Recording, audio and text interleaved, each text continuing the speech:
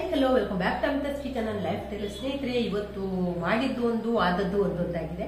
ಹಾಗೆ ಹೆಸರು ಬೇಳೆಯ ಇಡ್ಲಿ ಮಾಡಿದ್ದೇನೆ. ಟೇಸ್ಟ್ ಅಂತೂ ಸಖತ್ತಾಗಿದೆ. ಹಾಗೆ ಇದಕ್ಕೆ ನಾನು ಚಿಕನ್ ಸಾರು ಮತ್ತು ಚಟ್ನಿ ಕೂಡ ಉಂಟು. ಚಿಕನ್ ಸಾರು ಹಾಕಿ ತಿಂದ್ರೆ ಉಂಟಲ್ಲ, ಇಡ್ಲಿಗೆ ಬೆಸ್ಟ್ ಕಾಂಬಿನೇಷನ್ ಅಂದ್ರೆ ಚಿಕನ್ ಸಾರು. ಒಂದು ಬೈಟ್ ತಿಂದು ನೋಡುವ.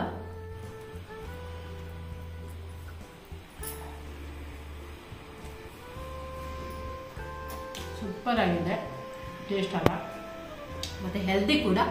ಹಾಗೆ ವಿಡಿಯೋ ಇಷ್ಟ ಆದರೆ ಲೈಕ್ ಮಾಡಿ, ಶೇರ್ ಮಾಡಿ, ಚಾನಲ್ ಹೊಸಬಿದ್ರೆ ಪ್ಲೀಸ್ ಸಬ್ಸ್ಕ್ರೈಬ್ ಮಾಡಿಕೊಂಡು ಚಾನಲ್ ಅನ್ನು ನೋಡಿ. ಹಾಗಾದ್ರೆ ಬನ್ನಿ ವಿಡಿಯೋ ನೋಡಿಕೊಂಡು ಬನ್ನಿ. ಇಲ್ಲಿ 3 ಪಾವಿನಷ್ಟು ಬೆಳ್ತಿಗೆ ಅಕ್ಕಿ ಅಂತ ತಗೊಂಡಿದ್ದೇನೆ.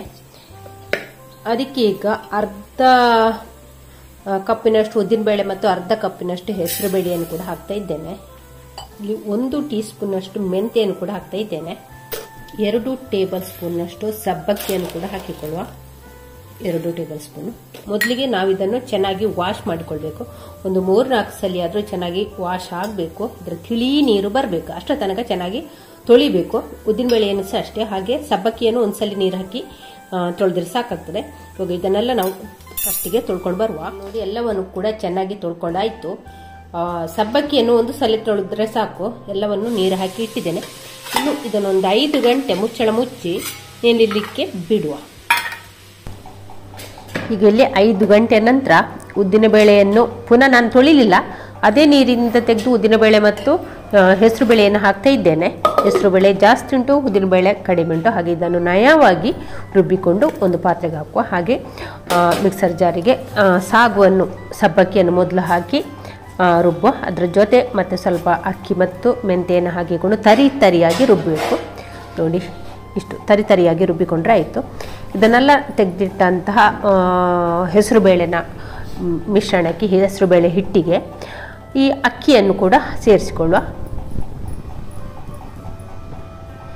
ನೋಡಿ, ಹೆಸರು ಬೇಳೆ ಮತ್ತು ಅಕ್ಕಿಯ ಹಿಟ್ಟನ್ನೆಲ್ಲ ಸೇರಿಸಿಕೊಂಡು ಚೆನ್ನಾಗಿ ಮಿಕ್ಸ್ ಮಾಡುವ. ಎಲ್ಲವೂ ಕೂಡ ಒಂದಕ್ಕೊಂದು ಬೆರೆಯುವ ಹಾಗೆ ಮಿಕ್ಸ್ ಮಾಡಿದರೆ ಆಯಿತು. ಈಗ ನನಗೆ ಪಾತ್ರೆದು ಸಣ್ಣದಾಯಿತು, ಹಾಗೆ ಈಗ ನಾನು ದೊಡ್ಡ ಪಾತ್ರೆಗೆ ಹಾಕಿ ಇಡ್ತಾ ಇದ್ದೇನೆ. ಹಾಗೆ ರುಚಿಗೆ ಸಾಕಾಗಷ್ಟು ಉಪ್ಪನ್ನು ಕೂಡ ಹಾಕಿ ಒಮ್ಮೆ ಚೆನ್ನಾಗಿ ಮಿಕ್ಸ್ ಮಾಡುವ. ಉಪ್ಪು ಹಾಕಿ ಚೆನ್ನಾಗಿ ಕೈಯಲ್ಲಿ ಒಂದು 3-4 ನಿಮಿಷ ಹೀಗೆ ಚೆನ್ನಾಗಿ ಮಿಕ್ಸ್ ಮಾಡಬೇಕು. ಹಿಟ್ಟು ಒಂಥರ ಚೆನ್ನಾಗಿ ಕಲಸಿದ ನಂತರ ಒಂದು ಪೇಪರ್ ಮುಚ್ಚಿ ಹೀಗೆ ಬಂದಾಗಿ ಇಡುವ. ಅಂದರೆ ಈಗ ಸ್ವಲ್ಪ ಚಳಿ ಅಲ್ಲ, ಹೀಗೆ ಬಂದಾಗಿ ಮುಚ್ಚಿಡುವ. 6:30 ಗಂಟೆ ಹಿಟ್ಟು ನೋಡಿ ಯಾವ ರೀತಿ ಬಂದಿದೆ ಅಂತ ನೋಡಿ. ಚೆನ್ನಾಗಿ ಉಬ್ಬಿ ಬಂದಿದೆ ನೋಡಿ. 9:30 ಗಂಟೆಗೆ ರುಬ್ಬಿಟ್ಟದ್ದು. ಇವಾಗ 6:30 ಗಂಟೆ ನೋಡಿ. ಹಿಟ್ಟು ಚೆನ್ನಾಗಿ ಬಂದಿದೆ ನೋಡಿ, ಚೆನ್ನಾಗಿ ಬಂದಿದೆ. ಇನ್ನು ನಾವಿದನ್ನು ಮಿಕ್ಸ್ ಮಾಡೋದು ಬೇಡ. ನಾವು ಉಪ್ಪೆಲ್ಲ ಹಾಕಿ ಮಿಕ್ಸ್ ಮಾಡಿ ಇಟ್ಟಿದ್ದೇವೆಲ್ಲ. ಇವಾಗ ಹಿಟ್ಟನ್ನು ಒಂದೇ ಸೈಡಿಂದ ತೆಗೆದು ಈಗ ನಾವು ಕಪ್ಪಿಗೆ ಹಾಕಿ ಇಡ್ಲಿಯನ್ನು ಮಾಡಿಕೊಳ್ಳುವ. ಕಪ್ಪಿಗೆಲ್ಲ ಕೊಬ್ಬರಿ ಎಣ್ಣೆಯನ್ನು ಹಚ್ಚಿಕೊಳ್ಳುವ. ಕೊಬ್ಬರಿ ಎಣ್ಣೆ ಹಚ್ಚೋದ್ರಿಂದ ಇಡ್ಲಿಯ ಒಂದು ಪರಿಮಳ ಉಂಟಲ್ಲ, ಒಳ್ಳೆ ಬರ್ತದೆ. ಇಲ್ಲಿ ಕಪ್ಪಿಗೆಲ್ಲ ಕೊಬ್ಬರಿ ಎಣ್ಣೆ ಹಚ್ಚಿಕೊಂಡಾಯಿತು.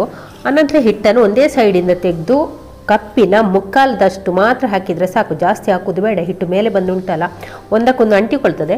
ಹಾಗೆ ನಾನು ಸ್ನೇಹಿತರೆ ಫಸ್ಟಿಗೆ ನಾನು ಸ್ಟಾರ್ಟಿಂಗಲ್ಲಿ ನಿಮಗೆ ಹೇಳಿದ್ದೆ, ಮಾಡಿದ್ದು ಒಂದು ಅದದ್ದು ಇನ್ನೊಂದು ಅಂತ. ಅಂದರೆ ನಾನಿಲ್ಲಿ ಇಡ್ಲಿಯನ್ನು ಬೇರೆ ಥರದಲ್ಲಿ ಮಾಡುವಂಥ ಉದ್ದಿನಬೇಳೆ ಅಂತ ಎನಿಸಿ ನಾನು ಹೆಸರು ಬೇಳೆಯನ್ನು ಹಾಕಿದ್ದು. ಅಂದರೆ ಹೆಸರು ಬೇಳೆ ಅಷ್ಟು ಡಾರ್ಕ್ ಕಲರ್ ಇರಲಿಲ್ಲ, ಸ್ವಲ್ಪ ಎಲ್ಲೋ ಜಾಸ್ತಿ ಇರಲಿಲ್ಲ. ಉದ್ದಿನಬೇಳೆಗಿಂತ ಒಂದು ಸ್ವಲ್ಪ ಜಾಸ್ತಿ ಎಲ್ಲೋ ಇತ್ತು. ಹಾಗಿದ್ದು ನಾನು ಉದ್ದಿನಬೇಳೆ ಕಪ್ಪಿಗೆ ಬಾಕ್ಸಿಗೆ ನಾನು ಹೆಸರು ಬೇಳೆಯನ್ನು ಹಾಕಿದೆ. ಹಾಗೆ ಇಡ್ಲಿ ಮಾಡಲಿಕ್ಕೆ ನೋಡೋಕೆ ಒಂದು ಸ್ವಲ್ಪ ಕಲರ್ ಜಾಸ್ತಿ, ಉದ್ದಿನಬೇಳೆಗಿಂತ ಸ್ವಲ್ಪ ಜಾಸ್ತಿ ಕಂಡ ಹಾಗೆ ಆಯಿತು.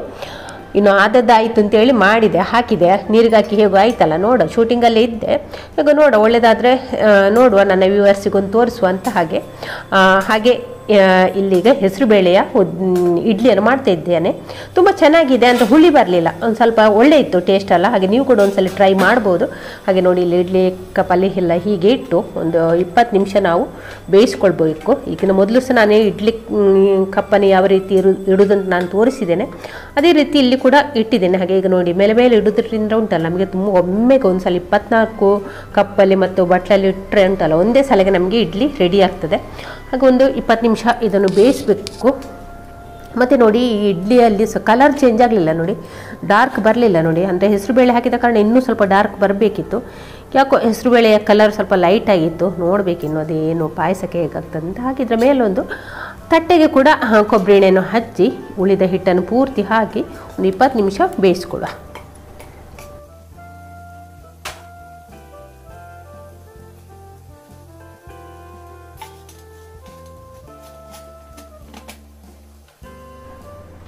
ಈಗ 25 ನಿಮಿಷದ ನಂತರ ಇಡ್ಲಿ ನೋಡ ಯಾವ ರೀತಿ ಬಂದಿದೆ ಅಂತ. ಹಾಗೆ ಇಡ್ಲಿ ಕೂಡ ಸಾಫ್ಟಾಗಿ ಬಂದಿದೆ. ಇಡ್ಲಿಯನ್ನು ಈಗ ಇಲ್ಲಿ ಒಂದು ದೊಡ್ಡ ಪ್ಲೇಟಿಗೆ ಹಾಕಿ ನೀರನ್ನು ಹಾಕಿ ಹೀಗೆ ಬೇಯಿಸುವ. ಇಲ್ಲದ್ರೆ ಇಡ್ಲಿ ಕಪ್ಪಿಯನ್ನು ಪೂರ್ತಿ ಇದಕ್ಕೆ ಕವಚ ಹಾಕಿ ಮೇಲಿನೊಂದು ಬಟ್ಟೆಯನ್ನು ಕೂಡ ಹಾಕಿಕೊಂಡು ಇಡ್ಲಿಯನ್ನು ತಣ್ಣಗೆ ಮಾಡಿಕೊಳ್ಬೋದು. ಅದು ಕೂಡ ಚೆನ್ನಾಗಿ ಎದ್ದು ಬರ್ತದೆ. ಹಾಗೆ ಇಲ್ಲಿ ಒಂದು ಇಡ್ಲಿಗೆ ಒಂದು ಚಟ್ನಿ ಕೂಡ ಮಾಡಿಕೊಂಡೆ, ಕಾಯಿ ಚಟ್ನಿ. ತೆಂಗಿನಕಾಯಿ, ಶುಂಠಿ, ಕಾಯಿ ಮೆಣಸು ಇಷ್ಟೆಲ್ಲ ಹಾಕಿ ಒಂದು ಸಣ್ಣ ಈರುಳ್ಳಿ ಹಾಕಿ ರುಬ್ಬಿದೆ. ಅದಕ್ಕೆ ಈಗ ಬೇವು ಸೊಪ್ಪು ಮತ್ತು ಬೆಳ್ಳುಳ್ಳಿ, ಸಾಸಿವೆ, ಉದ್ದಿನಬೇಳೆ ಹಾಕಿ ಒಂದು ಒಗ್ಗರಣೆ ಕೂಡ ಮಾಡಿದೆ. ಒಂದು ಸ್ವಲ್ಪ ಖಾರ ಜಾಸ್ತಿ ಇತ್ತು ಹಾಗೂ ಚೆನ್ನಾಗಿತ್ತು ನೋಡಿ. ಅದ ನಂತರ ಎಲ್ಲ ಇಡ್ಲಿಯನ್ನು ಈಗ ಎಬ್ಬಿಸ್ಕೊಳ್ಳೋ. ಇಡ್ಲಿ ನೋಡಿ ಸಾಫ್ಟಾಗಿ ಬಂದಿದೆ, ಚೆನ್ನಾಗಿತ್ತು. ನೀವು ಕೂಡ ಒಂದ್ಸಲಿ ಟ್ರೈ ಮಾಡ್ಬೋದು.